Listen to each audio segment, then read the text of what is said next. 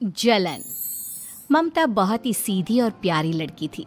वहीं सुनील एक सरल और आगे बढ़ने की सोच रखने वाला लड़का। सुनील, बेटा सुनील कहाँ है? अरे जरा एक गिलास पानी तो दे दो। हाँ माँ, अभी आया। क्या माँ, पानी तेरे सर के पास ही तो रखा है। क्या हो गया है, तबीयत खराब है क्या? अरे नहीं नहीं, वो उठने का मन ही नहीं कर रहा था तो देखा ही नहीं। वैसे क्या कर रहा है? यहाँ बैठ ना मेरे पास। माँ पढ़ रहा था। वो क्या है ना, नौकरी में तो वक्त नहीं मिलता, अब ऑफिस से घर आकर ही तो वक्त मिलता है। अच्छा अच्छा ठीक है, पढ़ ले जा बेटा। सुनील पढ़ लिख कर और आगे बढ़ना चाहता था, लेकिन माँ की तबीयत खराब देखकर सोचता है कि शादी ही कर ले। कब तक माँ का ख्याल वो अकेले रख पाएगा? तो एक दिन, माँ ये ममता है, मैंने इससे शादी कर ली है। तुम्हारी तबीयत भी ठीक नहीं रहती तो मैंने सोचा शादी कर लेता हूँ। घर संभालने वाली और तुम्हें संभालने वाली कोई आ जाएगी तो अच्छा रहेगा। माँ अचानक से सामने बहू देखकर हैरान रह जाती है। बेटा ये क्या बात होती है? न बैंड, न बाजा, न दहेज, न शगुन, ऐसे कैसे बहू आ गई? माँ तू तो जानती है मैं नौकरी के साथ पढ़ाई कर रहा हूँ, तो कहाँ से इतना पैसा बचा पाता कि धूमधाम से शादी करता। वैसे भी माँ, लोग तो आकर खाकर निकल जाएंगे, इसलिए बस वैसे ही। माँ जी, मैं आपका ख्याल रखूंगी। वैसे भी ये आगे की पढ़ाई कर रहे हैं, अच्छा कुछ कर गए तो सबके दिन फिर से अच्छे आ जाएंगे। सास को ममता की बात ठीक तो लगती है, लेकिन मन में कहीं ना कहीं लगता है कि कहीं बहू बेटे को लेकर फुर्र ना हो जाए और फिर तो वो रह जाएगी अकेली। बेटा देख, मेरा जो कुछ भी है वो सुनील ही है, और सुनील का भी अब इस दुनिया में मैं ही हूँ और कोई नहीं। क्या सुनील? बिल्कुल माँ, लेकिन आज से ममता भी मेरे जीवन का अहम हिस्सा है, जैसे तू है। सास को बड़ा बुरा लगता है कि उसकी सल्तनत में कोई और हिस्सेदार कैसे हो सकता है। कैसे कोई और उसके 30 साल के बेटे की जिंदगी में अचानक से आकर बराबर का हिस्सेदार बन सकता है। देख बहू, मैं भले थोड़ा बीमार रहती हूँ, लेकिन इसका मतलब यह नहीं कि घर की चीज़ों में मेरा कंट्रोल खत्म हो गया है। मैं आज भी इस घर की रानी हूँ, समझी? बेटा सोचता है कि ये माँ को अचानक से क्या हो गया।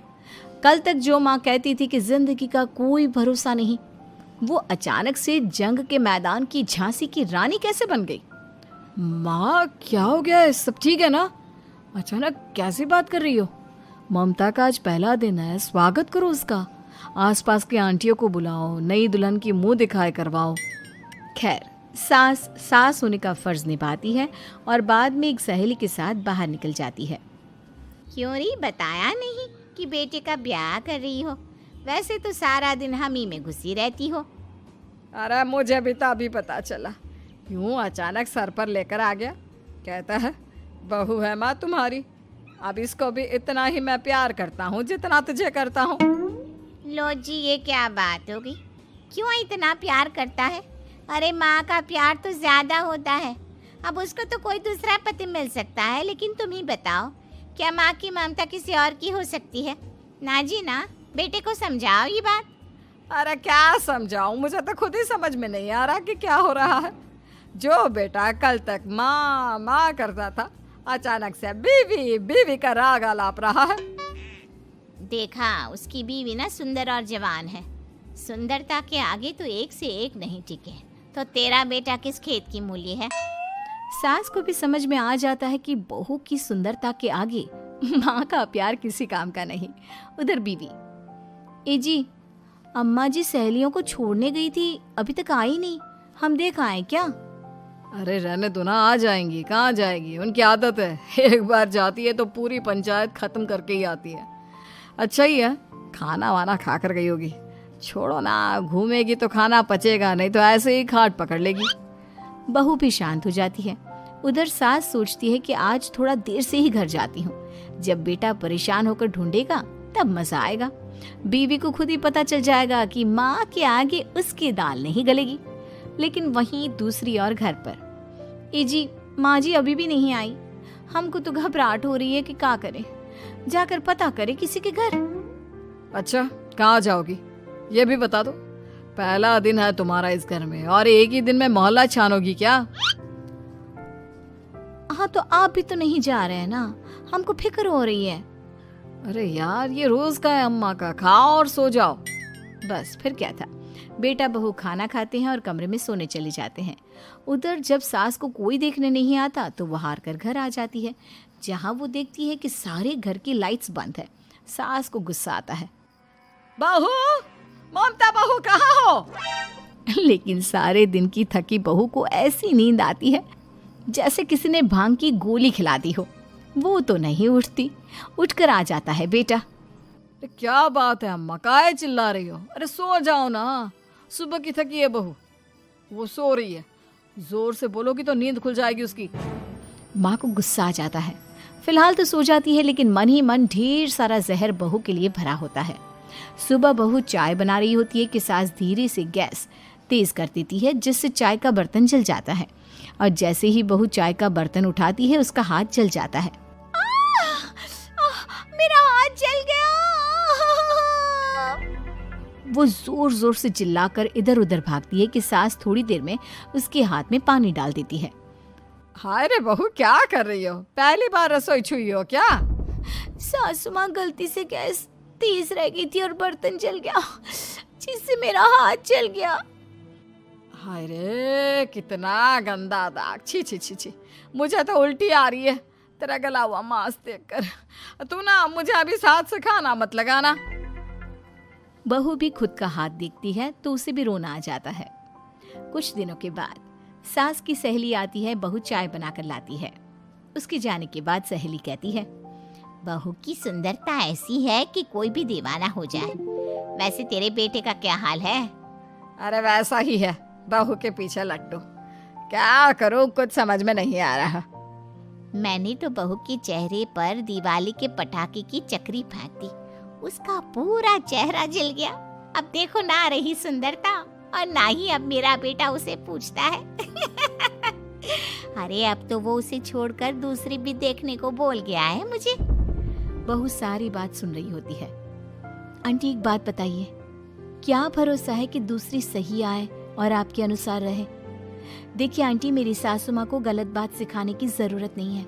हमारा परिवार साथ में खुशी से रह रहा है। देख बहू, मेरी सहेली की बेइज्जती ना कर, वही अच्छा रहेगा तेरे लिए, समझी? बहू नहीं मानती है। वो बार बार उनकी सहेली को घर से निकल जाने को कहती है। तभी सास की सहेली पास के चूल्हे से लकड़ी लाकर बहू के चेहरे पर लगा देती है। बहू जोर जोर से रोने लगती है। अरे ये क्या कर दिया? मैंने कहाँ किया, ये तो तूने किया। तू ही नहीं चाहती थी कि बहू बेटे के साथ रहे, भला मैं क्यों करूंगी? मैं तो चली, निपटो अब। बहू रो रही होती है, दर्द से चिल्ला रही होती है, लेकिन सास उसे डॉक्टर के पास नहीं ले जाती। तभी पति आता है। क्या हो गया ममता? ये दाग कैसे लगा? तुम कैसे जली? ममता कुछ नहीं कहती, बस दर्द से करा रही होती है। पति माँ की तरफ देखता है। हो ना हो माँ, ये पक्का आपका काम है। आप ही ममता से जला करती थी ना। देखना माँ, अब पुलिस आएगी, केस बनेगा, लेकिन पहले मैं ममता को अस्पताल लेकर जा रहा हूँ। सभी अस्पताल जाते हैं, जहाँ डॉक्टर ममता की सास से कहते हैं, आपने तो नहीं जलाया ना बहू को? अब ममता की सास के तो पसीने छूट रहे होते हैं। वो घबरा कर कहती है, ना ना डॉक्टर साहब, कैसी बात करते हैं? हम क्या जलाएंगे अपनी बहू को? डॉक्टर ममता के पति से पूछते हैं। देखिए, क्योंकि ये ससुराल में जली है तो मामला पुलिस का बनता है, तो आप पहले पुलिस को बुलाइए, तभी इलाज पूरा होगा। सास डर जाती है कि अब तो बच्ची जिंदगी जेल में ही रहना होगा। रहने दीजिए ना, पुलिस को क्यों बुलाना? सारी हंसी खत्म हो जाएगी जब पुलिस के डंडे पड़ेंगे। बहू को जलाना भले ही बहुत आसान हो, लेकिन उसके बाद सारी जिंदगी जेल की हवा खाना।